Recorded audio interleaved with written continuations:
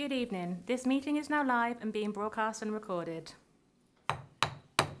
Ladies and gentlemen, please welcome the Deputy Mayor of the Borough of Bracknell Forest, Councillor Jenny Penfold. Right. Good evening, everyone. Welcome to this special budget meeting of the Council. I'm waiving the requirement in the Council procedure rules requiring councillors to stand while addressing the meeting, so please remain seated. The meeting is being broadcast and recorded, and if there are any technical issues, please bear with us. It's my first meeting chairing the Council, so please bear with me too. I have the Chief Executive and the Solicitor, Borough Solicitor, alongside me to put me straight on any procedural matters. I now declare the meeting open. Are there any apologies for absence? I have apologies from the Mayor, Councillor Ejaz, and Councillors Mossam and Barnard, and I have waiting for the feedback to go. And I have notification from Councillor Zahuruddin, who's running late at the moment. Right. Do we have any other apologies?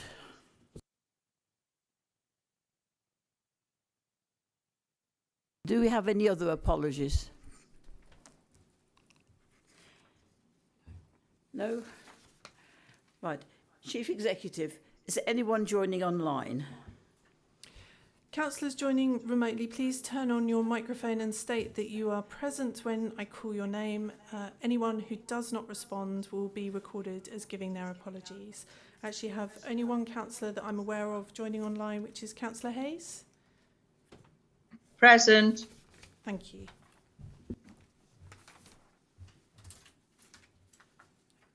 Right, we've done that. Okay. The full text for declarations of interest is on the agenda papers, item 2. Does any councillor present have a pecuniary interest or an affected interest to declare? Please also declare the nature of this interest. Right. Chief Executive, has anyone joining remotely indicated they have an interest? No, they have not. Thank you. Right. Agenda item 3 is the Council's financial plans and revenue budgets for 2024 to 25. The Council procedure rules indicate a 5-minute time limit for each councillor's contribution, but we have traditionally relaxed this for both the proposer and the opposition leaders when discussing the budget. I intend to continue this tradition. The Executive Member of Finance and Business Change will have 15 minutes to present the budget, and opposition groups will have 10 minutes each. Does anyone have a question of clarification on the contents of the report for the Executive Member of Finance and Business Change or the relevant Executive Member? This will be your only opportunity to ask any questions of clarification on the contents of the paper. Please keep your questions concise if you do.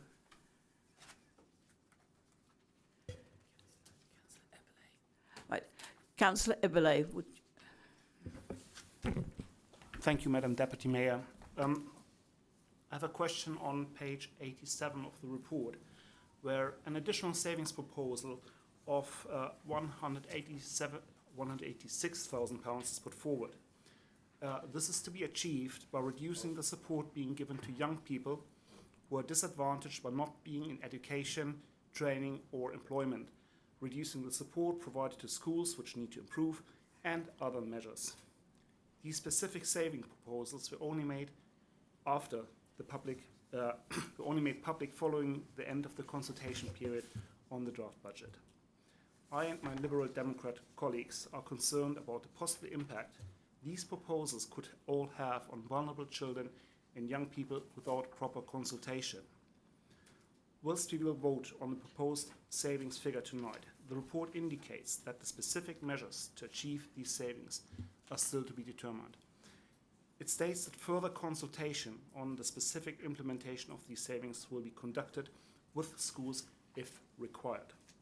In light of this Council's commitment to giving residents a stronger, genuine voice in Council business, as voted on via the Liberal Democrat motion to Council last September, can the executive member commit to running a full and proper public consultation before the fund proposals for implementing these savings are approved?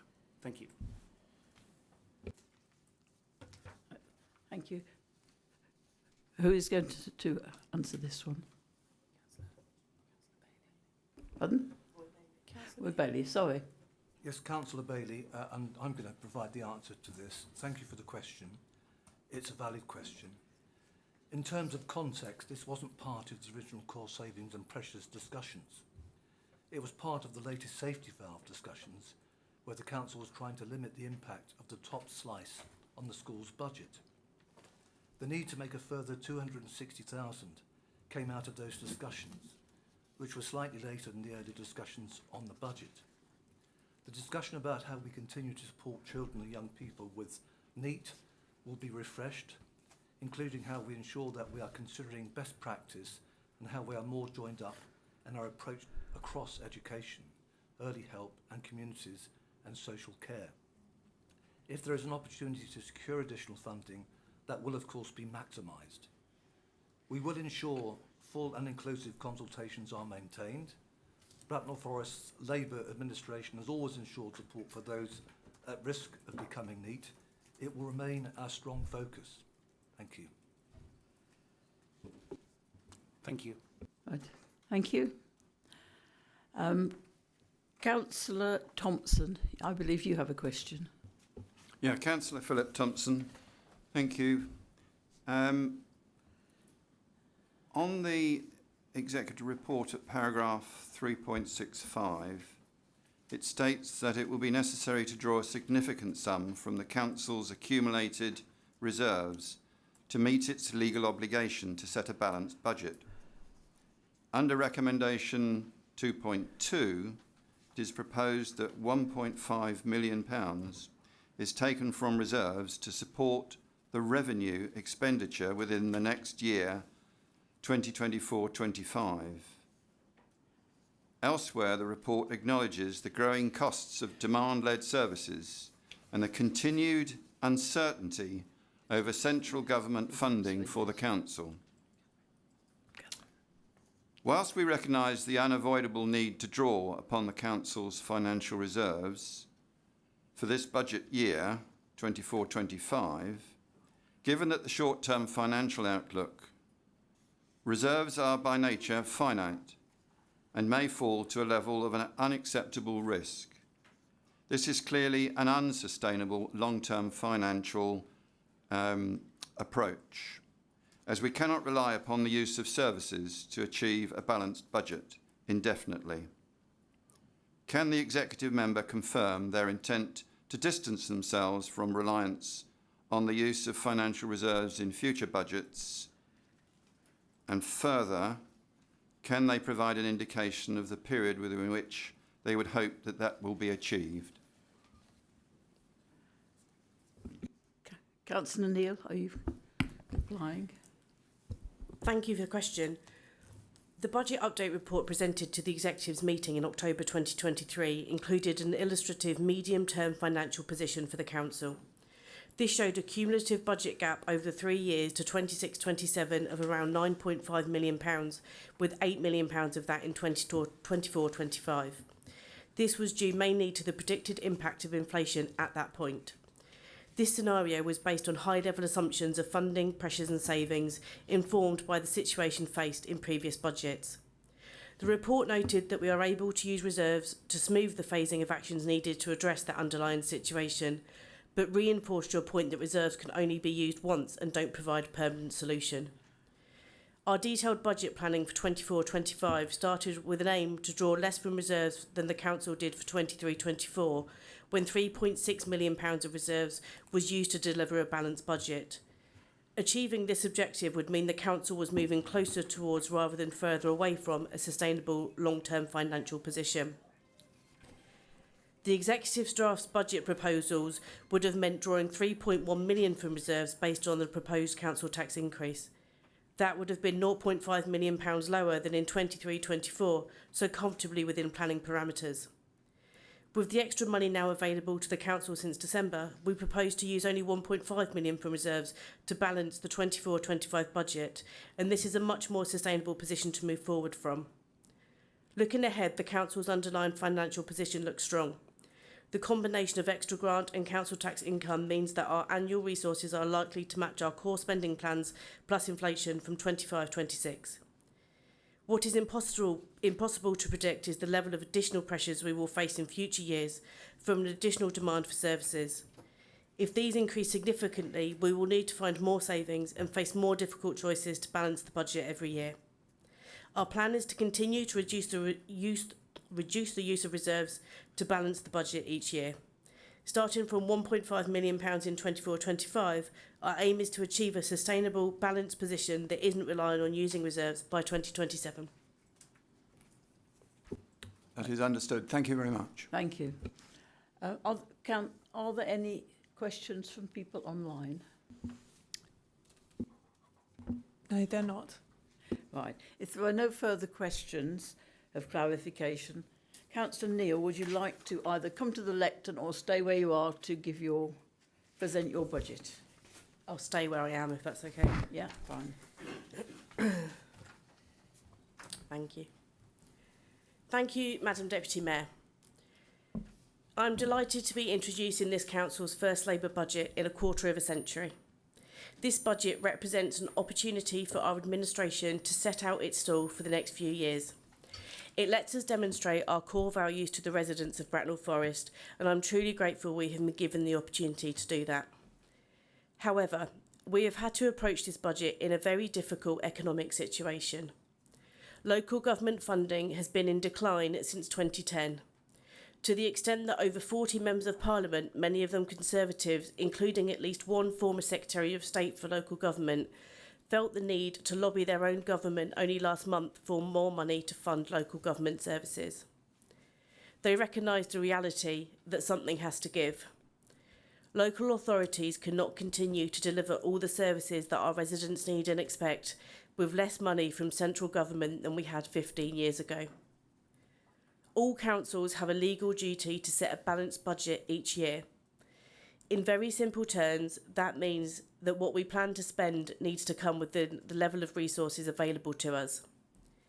Sadly, we are seeing an increasing number of authorities, including others in Berkshire, who are really struggling or just unable to do this. All councillors will be aware that Bracknell Forest has faced financial struggles in the past year. 12 months ago, I and the other Labour councillors in opposition at the time abstained on the Conservative budget proposals. We didn't feel able to support all items in the budget, but we had no reason to believe it was going to be so incredibly difficult to deliver. As has been widely reported, a potential overspend of up to £4 million was reported last summer. This was the most difficult in-year position this council has ever faced, and is what we have had to contend with. It is fair to say that it has been a difficult first financial year for our new Labour administration. Thanks to the introduction of a range of measures to control expenditure, I am pleased to report that the potential overspend this year has now reduced to under £500,000. There are still almost 6 weeks of the year remaining, so things can change.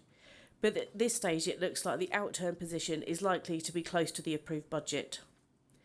Fortunately, this means that we don't have to make an allowance in next year's budget proposals for a deficit being carried forward.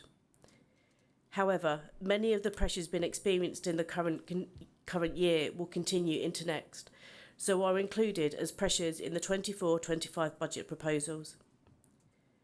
Starting with capital investment, it is impossible not to notice the deterioration in road surface quality across the borough. This isn't a position unique to Bracknell Forest and has been caused primarily by weather conditions over the past couple of years. We are responding to this by investing an extra £5 million on works to improve highways over the next 4 years.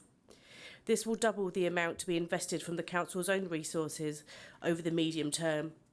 It wasn't a great surprise that this proposal received overwhelming support in the budget consultation. Investment in the borough's property assets is also important to ensure they don't deteriorate, and remain fit for purpose for current and future needs. Probably our most visible and well-used assets are the Bracknell Leisure Centre and Coral Reef Waterworld. As we know, everyone active runs the leisure facilities on our behalf, while ownership of the buildings remains with the council. So we are responsible for making sure that the buildings are fit for purpose now and into the future. We've included over £500,000 investment in the essential infrastructure of these facilities to protect future income through the shared management arrangements. This year we were also fortunate to receive an additional £1.3 million one-off sum from Silver Homes after the draft capital proposals were published in December. This relates to the transfer of the council's housing stock back in 2008. Recognising this, we propose to use this to supplement our funding for maintenance and enhancements to the council's much smaller housing stock, held now primarily to prevent homelessness. And the final capital proposal I'd like to highlight is specifically for suicide prevention measures.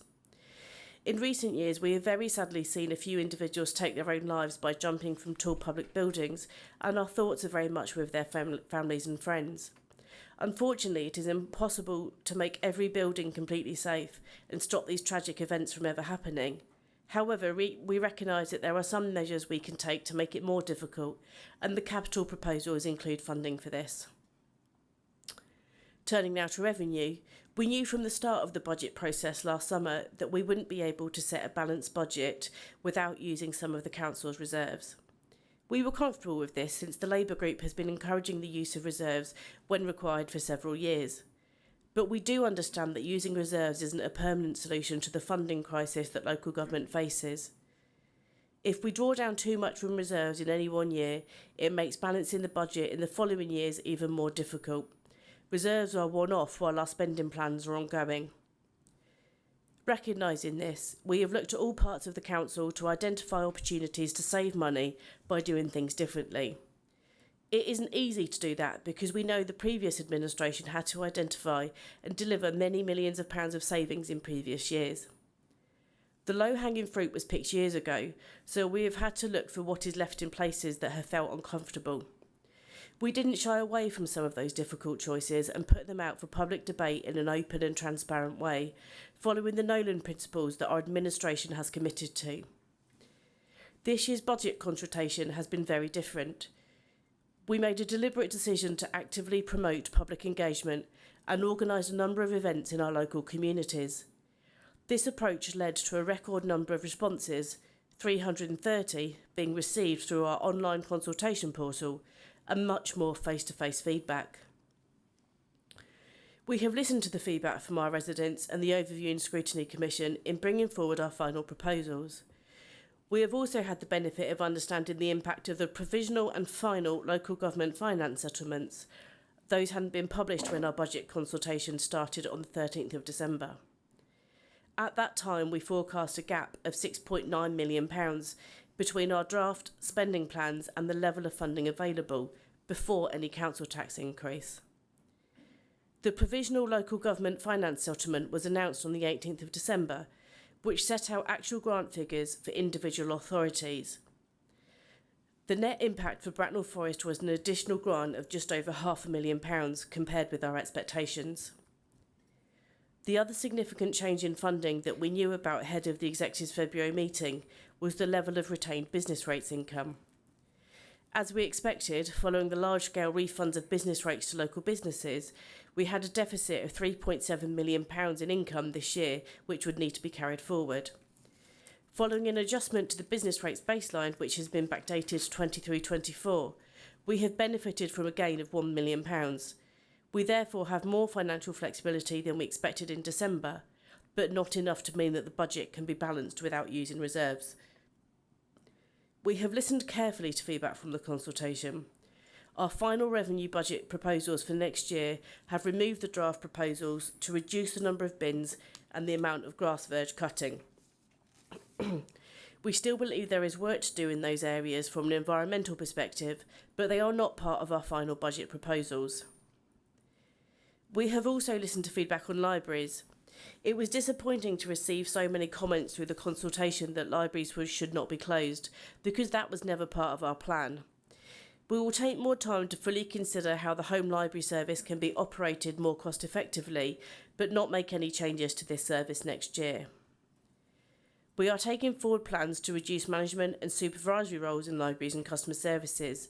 These changes will not negatively impact our objective of promoting libraries as local community hubs. As well as in the papers produced, we are proposing to provide an additional £10,000 in 24-25 to fund a library assistant post as set out in the document tabled in Section 2, Recommendation 2.2. We are also continuing with our plans to dim streetlights by 10% with the lowest dimming levels during the quietest hours, generally between midnight and 4 a.m. This will achieve a relatively small financial saving of £55,000, but more importantly, it will save an estimated 134,000 kilowatt hour of energy and over 100 tonnes of carbon emissions every year. The headlines in our budget proposals published for the Executive's February meeting were as follows. We are providing £4.5 million for the cost of inflation, which is higher than normal, but only half the amount included in the current year's budget. We are adding £7 million to service budgets to cover increased demand and reduced income, most notably £2.3 million for adult social care, £1 million for waste disposal and £700,000 for planning fees. Savings identified to help mitigate these pressures total £5.5 million, which were largely proposals around promoting independence and market management in adult social care, use of grants and external funding, and reflect reducing costs in children's social care driven by our officially outstanding service team. With a corporate contingency to protect us against financial risk of £4 million, taken together, this meant we proposed a net revenue budget of £97.356 million to be funded by a 4.99% increase in the level of council tax and drawing £1.5 million from the Council's Future Funding Reserve. The day before the Executive's meeting on the 6th of February, the final local government finance settlement was published. As expected, following the intervention of Members of Parliament, we received an additional social care grant of £753,000 and a minor change of £10,000 to the Provisional Services Grant allocation. We also had an unexpected gain of £268,000 through a funding grant guarantee grant. We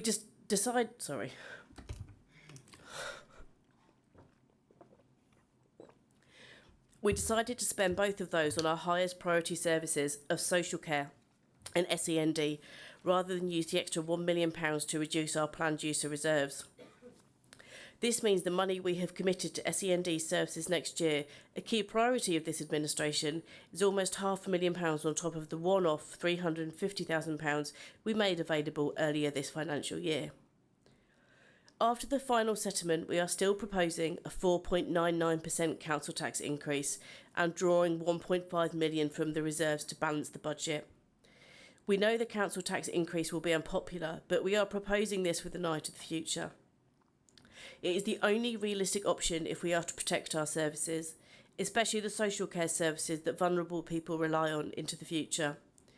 Over 75% of people responding to the consultation agreed this should be a priority.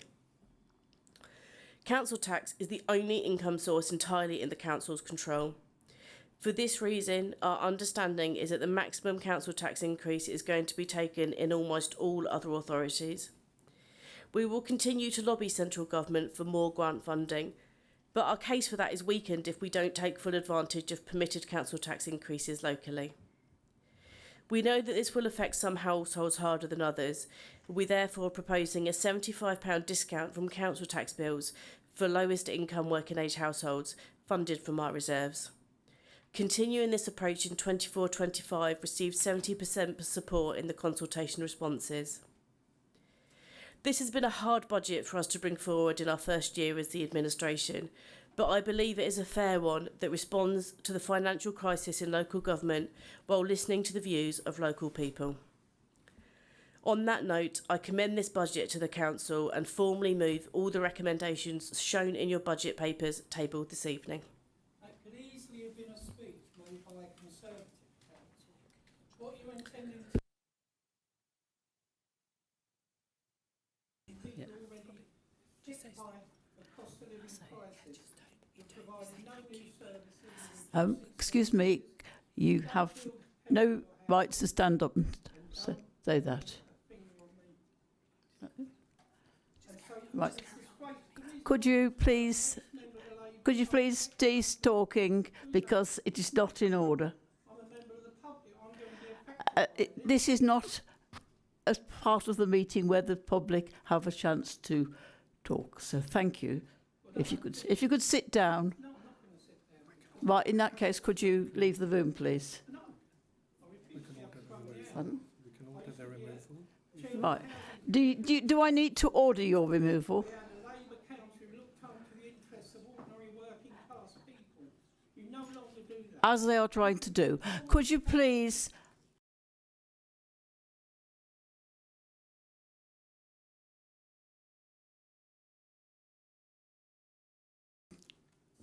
Is your proposed budget seconded? I second it. Okay. Do you wish to speak to it or do you reserve your... I reserve. You Thank reserve. Good. I will now invite each group in turn to come to the lectern to speak. As previously mentioned, we have relaxed the 5-minute limit and each group will have 10 minutes to speak. If notice of an amendment is given, we'll deal with these amendments in turn once all the groups have spoken. So, Councillor Allen, would you like to come to the lectern to speak or would you prefer to stay where you are? I'm happy to stay here, thank you. Thank you. Okay. On behalf of the Conservative Party. Thank you. Sorry. Yes, I'm covering for Gareth Barnard, who's unfortunately away on business. Right. So it's interesting to note in the feedback from the consultation and on social media, that residents seem surprised that a change of administration did not lead to a reduction in the percentage increase. Those who've been clamouring for the end of the Conservative control seemed a little put out that the same 4.99% increase was being proposed. They'd not yet realised that councils are so hard up for cash that they have little choice in this increase. And though with a number of councils around the country giving warnings of potential bankruptcy, the message does seem to be getting through. I'm thankful for the consultation period this year as it helped remove some of the more unpopular items from the proposal for the coming year. In Councillor Templeton's budget speech this time last year, she commented about her disappointment that there are only 2 responses online. I'd like to congratulate the Executive for finding a way to increase the number of responses this year by including a number of items which were universally objected to. The highest previous total to a budget consultation was 86 in 2022, and most of that was because 60 taxi drivers put in the same response, all complaining about the increase in the DBS fee. Every other year has ranged between 0 and 18 responses. So this year it's 4 times higher than any previous year. And the comments on the responses focused on 4 key areas: the changes to the library service, halving the frequency of grass cutting, halving the number of litter bins, and reducing the intensity of the streetlights. But more on that later. With regards to the capital budget, I can see the overall spend for next year will be 13 million, of which 8.5 will come from council's resources. It's interesting that the spend this year, 2023-24, was 2 million higher, but the overall council contribution was 2 million lower. So the proportion coming from council resources next year will be much higher. This is a worrying trend as the reserve pot is finite. However, on the positive side, I'm glad to see the additional outlay of 2 million on roads maintenance next year, in addition to the increase on the basic roads maintenance from 1.2 to 1.7 million, which is a 40% increase. This alone covers a significant increase in the council's contribution to the capital budget for next year. So effectively, we will be seeing an increase of 2.5 million on highways maintenance next year when compared to the previous 12 months. I'm also glad to see a budget line in for the Shepherd's Meadow footbridge. This has been out of commission now for 18 months since it was determined to be unsafe, and it would be good to see some progress on this. I would like to thank the Blackwater Valley Countryside Trust for the generous donation of 20k towards the replacement of this bridge too.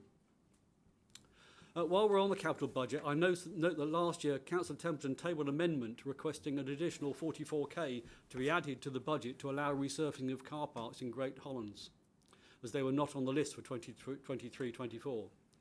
This did not get into the budget, but I also note that within a couple of months of her becoming leader, there was a note saying that the car parks were about to be resurfaced. I'm not sure whether this was another project was pushed or additional monies were found, but suffice to say, the car parks in the Leaders Ward did get resurfaced after all. Moving on to the revenue budget, I'm thankful for the consultation period this year as it helped to remove some of the more unpopular items from the proposals for the coming year. Thankfully, post-consultation, the proposals to halve the frequency of grass cutting and halving the number of litter bins have been removed. However, the 10% reduction in the intensity of streetlight remains. One of the challenges of the budget consultation is each saving line is quite basic. There is no explanation as to the background of how a decision was made or how the change will be implemented. In the case of street lighting, even during the consultation period, there were mixed messages coming from officers and members of the executive as to how this would work. We now know that generally it will be at its dimmest between 12 a.m. and 4 a.m. However, it will gradually dim from the point they come on to the point they go off again. The risk here is to public safety. As we implemented the LED lighting project some years ago, Councillor Templeton pointed out that the LED lights did not provide the same coverage as the existing lights, and there were areas where the lighting had degraded to the point of being unsafe. Whilst work was done to alleviate the problems in the worst areas, it does not seem in our best interest to be dimming the lights outside the core 12 a.m. to 4 a.m. time, but time will tell on that. Question 7 of the budget consultation was regarding carbon emissions and biodiversity. There were 5 proposed areas of changes, but only one answer, which made it a difficult question to answer if whether you agreed, if you did not agree with all the options. However, even though the public agreed, in inverted commas, with the climate change proposals, the comments show that they were clearly against the changes to verges and bins. I do hope that the remaining savings that we are making will be ring-fenced and reinvested into other climate change options and not just subsumed back into the general pot. In committing to climate change options, residents need the time to acclimatise to the ideas, not have them thrust on them during the budget consultation. They need to understand the impact of these changes before they see the next budget. Unfortunately, the options for that have been reduced a little as the budget for independent resident surveys has been removed for the duration of this administration. I'm told that the idea is that councillors will be out and about consulting with residents, but I do not think this will reach as wide an audience as a resident survey. I'm glad to see that the proposal to remove half the litter bins has been removed, because going back to the leader's comments again from last year's budget speech, she stated that she was pleased to see that suggested removal of 25% of the litter bins throughout Bracknell Forest had been dropped. And she said, we need more bins, not less. So hence my surprise to see this option being considered, as I would have expected it had been removed during the executive meeting in December. Again, this proposal did not go down well in the budget consultation. Another proposal that has been made is that of the libraries. There were 2 parts to this. Firstly, a reduction in the manned opening times, and secondly, the outsourcing of the home library service to the voluntary sector. I'm glad to see that the home library service saving has been pushed for 12 months, and I'm hoping that maybe we'll have a better solution in place before the expected savings are matured next year. The other part was a proposal to reduce the number of manned opening hours. As I understand it, the leader actually stated during the consultation session at Whitegrove Library that there would be no reduction in the manned opening hours, where the proposed change in the consultation would be result in a reducing of manned opening hours by about 7%. So I'm glad that the change to this effect requested by the Conservative group has now been subsumed into the substantive motion this evening. There is a lot of good news in the revenue budget, and Councillor Neal has highlighted some of these items, so I won't repeat them. Anecdotally, a resident made me aware of another comment by the leader during the budget consultation to the effect that it was not her budget. This was most likely a figure of speech. However, because we all well know that the base budget is produced by officers of the council. However, the executive should remember that they can make changes prior to the document going out to consultation. And whatever they send out for consultation, they need to own. Those of you who have children and grandchildren in early years will be aware of the Usborne touchy-feely books like this one, which says, "This is not my." The comment that brought to mind a new title called "This is not my budget," because it reduced litter bin collections. But the reason for making that point is I want to just make it clear to councillors that irrespective of how you vote tonight, the result is our budget for Bracknell Forest Council. Thank you. Thank you. I would now like to invite Councillor Thompson, Chorister Mike Forster, to present on behalf of the Liberal Democrats.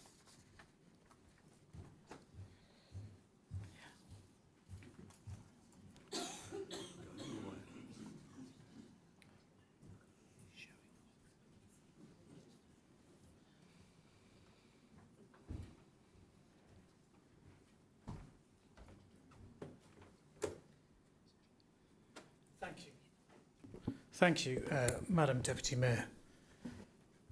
The Liberal Democrat group asked for 2 changes to the proposed budget during the consultation stage, and we thank the Executive for accepting the first change, that there should be no reduction in litter bins, which was also asked for by some of our residents.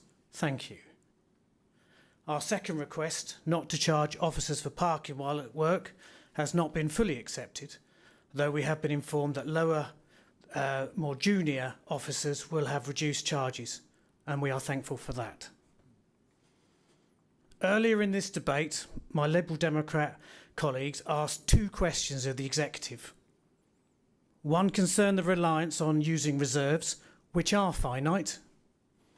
The other was about the need to consult properly over a new proposed reduction in services for vulnerable people.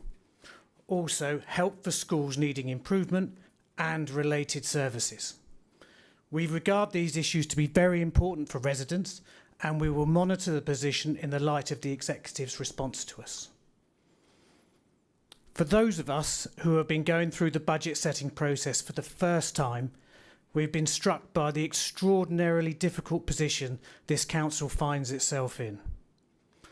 The report refers in paragraph 2.1 to the significant pressure on local government expenditure and grant funding, to severe restrictions on the scope to invest in new service provision, and that many of the financial pressures we face are unavoidable. Much of the solution to these difficulties faced by this council and many other councils lies with the central government. They are letting this council down and our residents badly. Paragraph 3.6.2 of the report tells us that the government has signalled for many years that it would like to make fundamental changes to the current local government funding system. Yet, officers believe it will be almost impossible for the reforms to be introduced before 26-27 at the earliest. Our officers foresee that prospective changes by the government will almost certainly have a significantly long-term detrimental impact on the funding of this council. They report to us a key strategic risk for all of us, with the uncertainty hindering meaningful medium-term financial planning at a time when demand pressures are increasing significantly and inflation and interest rates remain high. In the face of the very challenging set of circumstances, the Liberal Democrat group think that the Executive and our officers have made a very credible attempt at steering this council between a rock and a hard place. We will therefore be supporting the revised budget and their recommendations in the report, albeit with a heavy heart, as none of us want to see service reductions or an increase in the council tax, which our hard residents will have to pay. I would like to bring my speech to an end by returning to addressing the much needed solution to the problem I referred to earlier. Bracknell Forest is like the rest of the country, the victim of a wholly inadequate grant funding by central government. The National Audit Office estimates that grant funding of local government has decreased by over 50% in real terms since 2010. 50% since 2010. We, the Liberal Democrats, believe that this reduction in funding has led to an immense loss in terms of quality of life for our residents. This is neither the fault of our current executive nor of their predecessors. We point the finger straight at Westminster, where despite the highest peacetime level of taxation, it appears that we are only able to badly manage flagship projects instead of maintaining, let alone improving, the everyday quality of life of our residents. We stand ready to support the executive in any approach that they may decide to make to central government to achieve a fairer funding settlement for local authorities so that this council, our council, can give the services to our residents they have a right to expect and at a price which is fair and affordable for them all. Thank you. Thank you. I would now like to invite Councillor Collins to present on behalf of the Green Party. You can either do it from your place or from the lectern. Thank you, Madam Deputy Mayor. I shall remain here. It is clear there are significant pressures on local government spending and grant funding, not only in Bracknell, but across the whole country. The council has seen demand for services increasing and at the same time being impacted by the cost of living crisis, high inflation, and more locally, issues such as successful business rate appeals at the Lexicon and participation in the safety valve programme. This is the Green Group's first involvement in the council's budget process. We have come to appreciate the huge amount of hard work which makes up this process and thank officers and councillors for their time. We thank officers and the executive for answering our questions, even those whose answers may have appeared obvious. We welcomed the desire to engage more residents in the budget consultation process and are pleased that responses increased from 2 in 2023 to 330 this year, and we hope to see another increase in responses next year. We were happy to host Councillor Temperton at our surgeries in Binfield and Warfield in January, primarily to discuss and promote the budget consultation. Turnouts exceeded expectations, and it was good to see other councillors attending too. It was clear residents appreciated the opportunity to talk, express their opinions, and feel listened to. We do have some comments about the consultation process. We believe some of the budget proposals needed more detail in order to avoid misinterpretation, such as incorrect assumptions about libraries, which then resulted in a disagreement. Councillors did have the opportunity to ask questions, for which we received verbal responses, but these were still open to interpretation.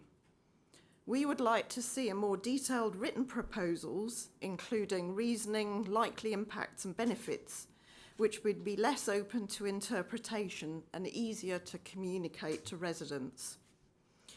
In the consultation, one of the questions covered a number of proposals, and this was referred to by our Conservative colleague, to dim streetlights, retain bus subsidies, introduce council staff car parking charges, and to reduce grass cutting of verges, making it difficult to complete for residents who were supportive of some proposals but not others. We welcome the continued investment in the council's social care services, continued council tax reductions for the borough's lowest income households, and the new investment in suicide prevention measures at high-risk locations to reduce the risk of harm to our most vulnerable residents.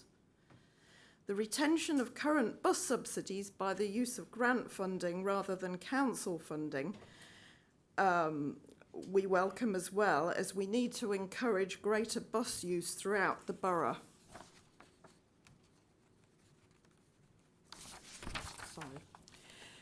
We welcome the increased investment in local road improvements over the next 4 years. As new councillors, we spent some time in our first months visiting potholes in our ward. We are pleased to report repairs have been made, but still we welcome this proposal as it is clear changing weather patterns alongside other reasons are contributing to the continued breakdown of road surfaces across the borough. We welcome the council's continued commitment to the dimming of streetlights by 10%, as long as lights will be dimmed gradually through the night, with the lights being darkest at, I believe, 4 a.m. when fewer residents are out. We understand no underpasses will be impacted. This and more detailed information should have probably been made clear at the outset. The library proposals appear to have been most open to misinterpretation, and it soon became clear how much our residents value the libraries in our borough. We will support the restructuring of management within libraries and customer services, given the financial position of the council, and we will support the proposed amendment to the revenue budget to provide a library assistant in order to maintain current frontline staffing hours. We do have concerns about the removal of the home library service and ask that all alternative delivery options will either meet or exceed the current service level provided. The proposals for reducing the frequency of grass cutting of verges in residential areas and to substantially reduce the number of litter bins were both lacking in detail. Few of the benefits or any evidence were identified and were therefore unlikely to garner support from residents. We believe different approaches are needed for each. Longer grass has been shown to help mitigate flooding by better soaking up rainwater. It can counter the heat island effect in urban areas through its cooling properties, and it can capture pollutants. It's better at resisting browning during dry spells than short grass, and its benefits continue into the height of summer, providing an important habitat for a host of insects, and most importantly, keeping grass longer allows wildflowers to bloom, greatly helping our pollinators. We need to encourage more localisations and residents to adopt verges and smaller green spaces to manage for wildlife, with mown edges to indicate these have not been forgotten and signage to publicise the benefits. We would suggest this can be undertaken by the community climate change working groups. Warfield Environment Group has just received permission to manage a 4th verge for wildlife in Warfield. Great news, and something we would like to see replicated elsewhere. We saw that reducing the number of public waste bins by almost a half was not popular, especially with so much litter in evidence throughout the borough. We understand some bins are rarely used.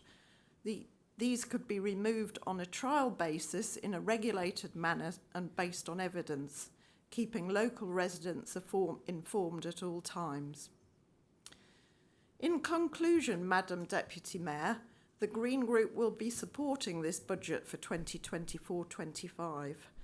And looking forward to next year's budget, we hope to see more detailed proposals on which to base our decisions. Thank you. Thank you. Now, I have had no notice of amendments. Is there anyone in the room who would still like to make an amendment? Right. In that case, thank you. There are no amendments have been indicated, we move to debate the substantive motion as tabled. Does any other councillor wish to speak to the substantive motion? You have 5 minutes. So, it's a substantive motion going on there. Yes. The substantive motion should appear on the board.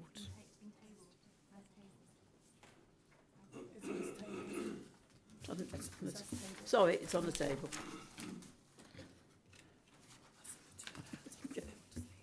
Okay. So, hands up, please. You have 5 minutes. Councillor McLean. Thank you, Councillor Robert McLean.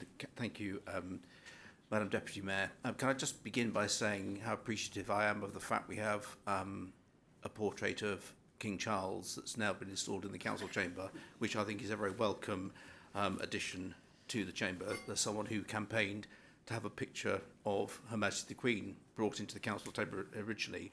Is particularly pleasing. But we're here tonight to talk about the budget, and we all recognise there are significant challenges for local government with the current settlement, and many authorities are facing acute problems with their finances, having to make hard choices over where services need to be cut. Happily, Bracknell Forest Council is not in quite such a difficult position, although we do face significant choices and recognise those hard choices have to be made. This is despite an extra £4.5 billion in cash terms that's been made available to English councils by central government in 24-25, with £500 million ring-fenced for the social care grant.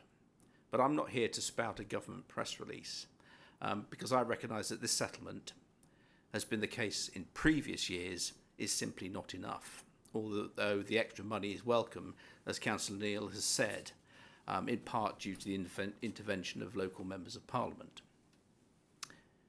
Now, I've served the residents of our borough under central governments controlled by Labour, the Coalition and Conservatives, and I can tell you that the circumstances in which we find ourselves this evening isn't new. Not one of those governments has delivered bountiful times for local authorities, so any of you who are wishing for a change in our national government, I put you on notice now that any expectations that you might have for a financial windfall for Bracknell Forest, well, the best I can say is I hope that you're good at managing disappointment. In any event, this is the first local Labour budget since 1997, and residents need to remember that it's your budget on which you will be held accountable by us in the Conservative group, by other political parties, and you will be judged by our residents. We're glad that you've listened to residents and the other political groups in relation to grass cutting and litter bins, and you've accepted our amendment in relation to the libraries, which is very positive and good news for those libraries. Our second amendment called for CCTV to be installed to counter the antisocial and very environmentally unfriendly problem that is fly tipping. But we don't need to push that tonight because of the extra £31,000 that's been secured by this council from funding from elsewhere to help cover that cost.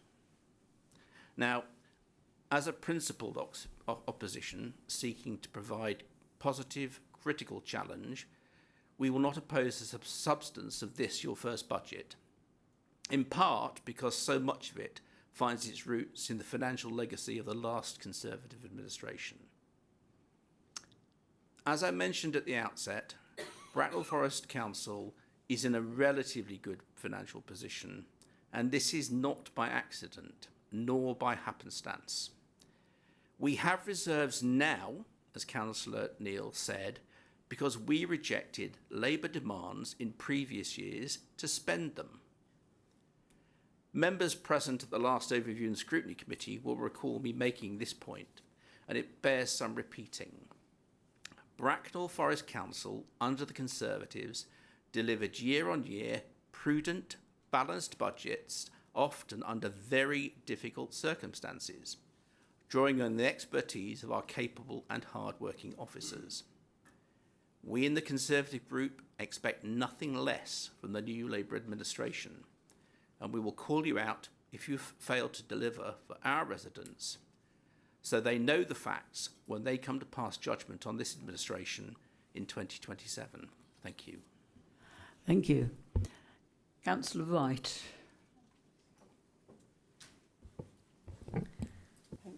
Thank you, Madam Mayor.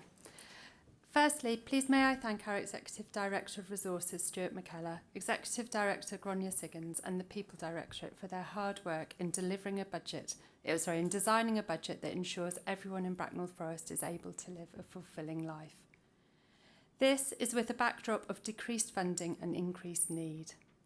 The past year, the cost of living crisis saw a higher number of residents experiencing financial hardship, many being unable to pay mortgages, rent or fuel bills. Some came to the council for the first time ever for help. Homelessness applications for the 9 months to the end of December 2023 have already exceeded the total number in the previous financial year. With pressures on social care, we have had to find savings through innovation and efficiencies that total £2.3 million. The demand for adult social care services will continue to rise as the number of people with social care needs live longer and with more complex conditions. Our council will continue to focus on supporting people to live actively in their communities with the care and support they need. We believe everyone in Bracknell Forest has the right to respectful and dignified care. With the ageing population, this will be the first of increasingly difficult budgets for social care. We can already see that further savings will need to be made in the 25-26 and the 26-27 budgets. To make these savings will be even harder. We sincerely hope that the national government will share our dedication to the people living in Bracknell Forest and the nation, and that this commitment will be reflected in future settlements. We need well-funded social care and welfare for all. Thank you. Thank you, Councillor Wright. Councillor Bailey, would you like to speak? I'd like to begin by first congratulating Councillor Forster for his excellent speech. When we were elected last May, we said that improving SEND services was a key priority for our administration. There have been improvements, but we recognise that more needs to be done. This extra money will help ensure we have the resources to carry this work through. This is the right thing to do for our children and young people. Thank you. With special educational needs and disabilities, and also to support delivery of our safety valve proposals. Council agreed to submit these in early January, and they're still being considered by the Department for Education. We're hopeful that they will be approved in the next few weeks. In terms of education funding, it is disappointing that the government's very belated but welcome additional funding in the final settlement hasn't extended to our schools. They will receive an average increase in core per pupil funding next year of only 1.4%. I should acknowledge that the increase would have been 1.8% before the block transfer agreed by the Schools Forum to help support the high needs block budget as part of our safety valve package. This is needed because the government's funding for SEND pupils is only increasing by 3% next year. We all know that demand is far outstripping this. The financial support being provided by our schools to help fund these costs is very welcome, and I thank them, I really do thank them for agreeing to it in the difficult financial situation they're all facing. School funding would actually have been 0.5% higher had the Department for Education officials not made a mistake, which they did in their initial calculations. It's disappointing that the government couldn't find the extra money to compensate for this simple mistake. It would have cost them around £375 million, much less than the £600 million they were able to find at short notice last month to support local government services. Thank you, Madam Deputy Mayor. Thank you, Councillor Bailey. Councillor Jeffries? Thank you, Madam Deputy Mayor. Firstly, I'd like to thank all those involved in tonight's budget. It really is a testament to us coming together and working for the better good of our community. In speaking to libraries, the proposal is therefore to merge the library service with our customer service function to cement our future in these challenging times. The offer allows for face-to-face telephone and web services. The service will offer delivery in a new model of operation, which we are calling Community Hub Libraries. We will ensure Open Plus works well so all residents can access these sites more conveniently, especially when unmanned, and use the space more effectively, thus enabling community groups to come together. We are confident the merge of these departments will ensure the community hubs will become an essential service, allowing residents to access these community hubs and better serve their needs. Finally, this is an important step in future-proofing our service delivery in these challenging times, and this demonstrates our commitment to servicing our community through Community Hub Libraries. Thank you. Thank you, Councillor Jeffries. Councillor Purnell? Thank you, Madam Deputy Mayor. I appreciate that some of you may have heard parts of my speech before, so for you I'm going to repeat myself. But forgive me, because this is something that I'm passionate about and I believe in. When discussing when money could be saved in my portfolio, I admit I breathed a sigh of relief. Nothing that I decided to cut would have a direct impact on anyone's life. I was not taking anything away from those that needed it or a service relied upon. We must be mindful of this and ensure that our priority is looking after those in need and the most vulnerable. We made a promise when we were elected that we would listen to our residents and consult with them where possible before any final decisions were made. We have certainly kept to this promise with over 300 responses to our budget consultation. We are listening. We are here for all. And as a result of the consultation, we have taken the decision not to proceed with a reduction in the number of litter bins or a reduction in the frequency that the grass verges are cut. The issue many residents feared was regarding the mess left behind after longer grass was cut. At this moment in time, we do not have the machinery to collect this mown grass, and we also do not have the available funds for its disposal. Not cutting the verges as often would have been amazing for encouraging biodiversity, and as our leader has explained multiple times, every inch of grass takes carbon dioxide out of the atmosphere, combating climate change. As a compromise, we have asked for the area furthest from the road of very large verges to be left uncut. We must ensure we do not lose sight of our commitment to a cleaner, greener future. Even though we have over 900 litter bins in the borough, litter is an increasing problem, and it appears that some people will be predisposed to litter if there is a litter bin in sight or not. We need to work together and change this culture. It is important, not just for the aesthetics of the borough, but for the wildlife that live with us and the safety of those who risk their lives clearing litter from our road network. We need to each take responsibility and do our bit. There will be information regarding litter picks in the local area coming soon, and I have asked officers to produce a new campaign on recycling and reducing litter. Let's all come together to make our borough an even more beautiful place to live. It might then be possible in the future to reduce the number of litter bins that we have and put the funds saved into making further improvements in the borough. Thank you, Councillor Purnell. Councillor Bidwell? Thank you, Deputy Lady Mayor.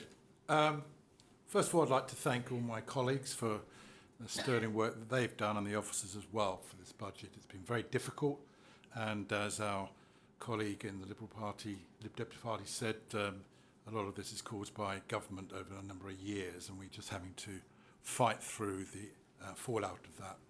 However, again, as my colleagues have said, delighted that residents who took time to get involved with the council budget consultation before There were just a handful. This year there was a significant, in the hundreds, and that sort of works to our pledge to be transparent and go out and meet our residents. However, as part of my portfolio, the need to get out and hear views and communicate is clearly key. As with all consultations, it is key that we listen and adapt to our plans to meet the needs of our residents, businesses and visitors.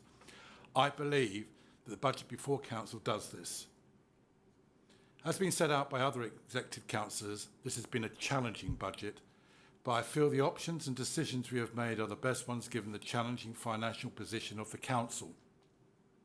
For our local economy, I am particularly pleased with the additional investment into our highway network to enable the smooth access across the borough using all modes of transport, including alternatives to the car. I will be supporting the budget, which has been shaped by resident views and delivers benefits for the local economy. Thank you. Thank you, Councillor Bidwell. Councillor Gilby. Thank you, Madam Deputy Mayor. As Councillor Bidwell just said, this has been a challenging budget, with the continuing demands and pressures that have had to be balanced to reach a position of creating a revenue budget that the Council can afford. I fully support all the proposals submitted and recognise that some will have an effect upon current service delivery. As part of that challenge, we have had to make some difficult choices, and within my portfolio, the decision to dim our streetlights by 10% has not been an easy one. However, we feel that this is proportionate and sits against a backdrop of many other authorities turning out the streetlights altogether. The dimming will take place throughout the period the lights are switched on, with the dimmest levels during the quietest periods, generally from midnight through to the early hours. Turning to the capital budget, I am particularly proud of our decision to put more investment into our roads maintenance budgets, with a £5 million allocation over the coming 4 years. On the doorstep and online, we see and hear that residents are concerned about the condition of our roads and structures.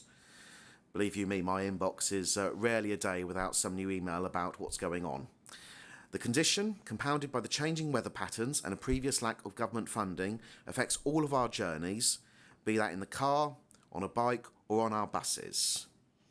We have taken the bold decision to fund from council resources as we want to stabilise this decline and create better journeys for our residents and those working in the borough. Thank you. Thank you, Councillor Gilby. Are there any other questions? Any other comments for the debate? Right, Councillor. Virgo. Right.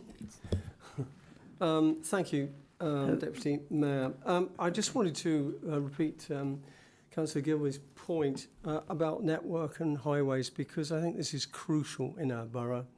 And I know we're putting money into it, and that's great to see, to be honest, and well done on the team for doing this. But I think it needs considerable money, actually, if we're going to keep up this borough. And one of the great problems in our area, I'm sure in others, is development and lorries and trucks and so on. And that is going to go on probably for 10 years. So it's something I wonder if the administration would look at and see if there's some way of developers paying for some of this, because a lot of it is due to damage. The other thing I would like to say, Deputy Mayor, is the lighting. I appreciate the problem of saving money and so on, of lighting, but I do worry, I have to say, and I know this borough looks after its residents, I do worry that we have a lot of night workers from the airport, London Heathrow, and it does make a difference if highways are lit. The main roads, that is, particularly, and particularly roundabouts. And I wondered if they'd look at that. And if there is a problem and we find that there's an increased number of accidents, I'd like you to reconsider this. And the last point is litter. I think we've got to work together. I know it's great that there's a new ideas on litter, but I think we've got to work together with the residents and parish councils particularly, and make this borough much cleaner. So thank you very much indeed. Thank you, Councillor Virgo. Is there anybody else would like to speak? I was just going to ask you if the seconder would like to speak. I would, thank you. This has been a very different budget to produce than we as a new administration hoped for. However, I would like to highlight some of the extra investments the Labour administration has already agreed over the past 10 months to fulfil our manifesto pledges, even within the constraints set. We said we would prioritise improvements in SEND services and increase the assessment capacity within the council. In June, the Executive approved a new SEND strategy for 23-25 and backed its delivery by allocating $350,000 for additional SEND staffing capacity. We also said that we would increase places within Bracknell Forest for pupils with special educational needs and disabilities. As part of our safety valve proposals approved by Council last month, we brought forward plans to spend $17 million to build a new 100-place special school in Warfield and 2 new special resources provisions at Sandhurst and Edgeborough schools. These are in addition to the special school at Butler Park, which has already been approved by the Department of Education. We recognise an urgent need to provide high-quality, affordable housing in our local communities. In July, the Executive agreed to earmark some of the Council's S106 funding to support the Market Street development being taken forward through our joint venture. This scheme, just along the road from these offices, on a site that has been derelict for decades, will deliver 81 affordable units, 48% of the total development. We also agreed an initial site development plan for the surplus land at our depot site. We have asked that it be brought forward as a fully affordable housing scheme. Our budget proposals for next year build on these achievements. They respond to our residents' concerns, demonstrate the leadership we promised on reducing the Council's carbon footprint, and prioritise support for our most vulnerable residents. I thank the Conservatives, Green and Liberal members for noting the lengths we have gone to actually listen to the public. 12 sessions organised across Bracknell Forest, an opportunity for all residents to challenge and question the proposals, and many, many more people face-to-face than ever responded on the actual online consultation. The consultation process was very positive. Some residents never before realising they could have their say. As already commented, we have learnt that each proposal should have its own question and proposals should not be clumped together. Some proposals, in this case lighting and libraries, needed much more explanation to avoid any misunderstanding. We will learn, and we have learnt, and it will change for next year. The responses received were mostly very supportive, and residents did understand why the difficult decisions were being made. We fully appreciate how tight the finances are for all local councils, and that doing things differently with even more efficiency savings throughout the whole council have been needed to achieve this end result. We thank all the staff who have contributed to making this possible. And I thank all members for their positivity shown during this debate. Thank you. Thank you, Councillor Timperton. Would you like to sum up, Councillor Neil? Thank you, Madam Deputy Mayor. In summary, this has been a tough budget, but is ultimately one that has been taken to residents where we have listened and amended our proposals in line with what we have heard. Tonight, we have listened and responded again. Increasing council tax by 4.99%, whilst a difficult decision, is the only income source entirely within our control against a backdrop of crisis in local government funding. We recognise that the cost of living crisis is ongoing, and this increase cannot be looked at in isolation within a household budget, and so we have, of course, also included support for low-income working households. This budget is practical, fair, and responds to the crisis in local government finance that has been widely recognised here this evening. Thank you. Thank you, Councillor Neil. Right, a recorded vote is required on this item. The recommendations are tabled. Sorry, they're tabled on the table. So, councillors, please can you turn on your microphone and state either for or against, or abstain when the Chief executive calls your name.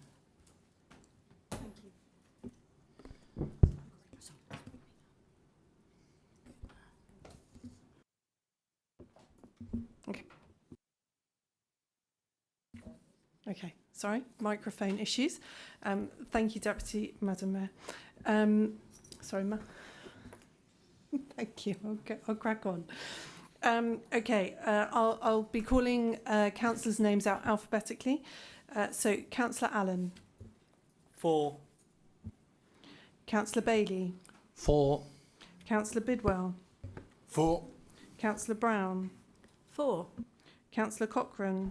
4. Councillor Collings. 4. Councillor Ebele Christoph. 4. Councillor Ebele Tina. 4. Councillor Eggleston. 4. Councillor Forster Michael. 4. Councillor Forster Sophie. 4. Thank you. Councillor Frewer. 4. Councillor Frost. 4.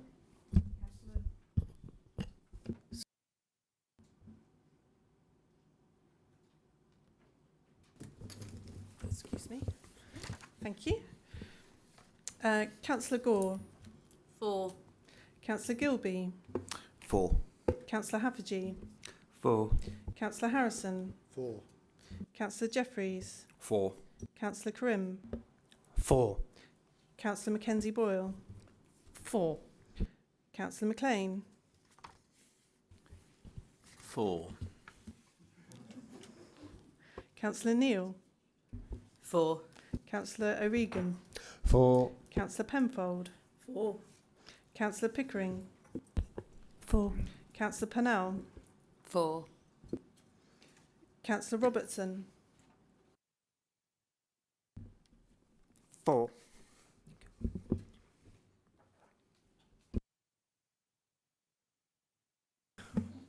It's me. Councillor Smith. 4. Councillor Temperton. 4. Councillor Thompson. 4. Councillor Thompson. Philip. 4. Councillor Virgo. 4. Councillor Watts. 4. Councillor Webb. 4. Councillor Welch. 4. Councillor Wright. 4. Councillor Zakhrudin. 4. Thank you. Sorry.